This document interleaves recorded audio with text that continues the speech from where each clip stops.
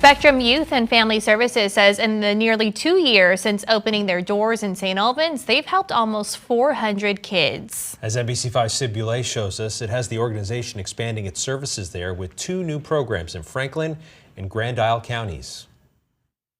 And it's a safe space where young people can come and have their basic needs met. The Spectrum Youth and Family Services Drop-In Center in St. Albans offers young people free meals, clothing, counseling, and much more. Now we're up to, I just found out, 379 youth who have come in here at some point. That includes somebody who came in once and had dinner, or it could be somebody who comes here every single day and gets help. And with that many young people coming through the doors, the city says they've seen a positive impact. Well, I think it's the next step in being able to really transition some of these youth in need to the next stage so that they can more sustainably deal with what they need to deal with and find happiness. Now, Spectrum is expanding 2 programs here in St. Albans.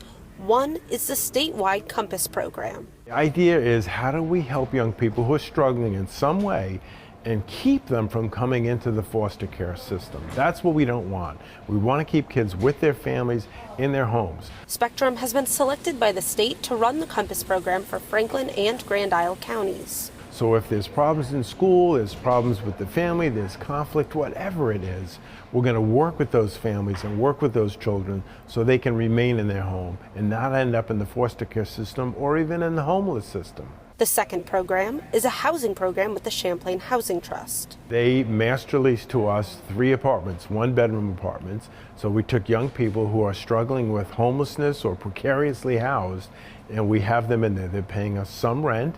So I am thrilled that we're able to do that. Spectrum hopes to expand the housing program in the next few years. In St. Albans, Sid Boulay, NBC5 News.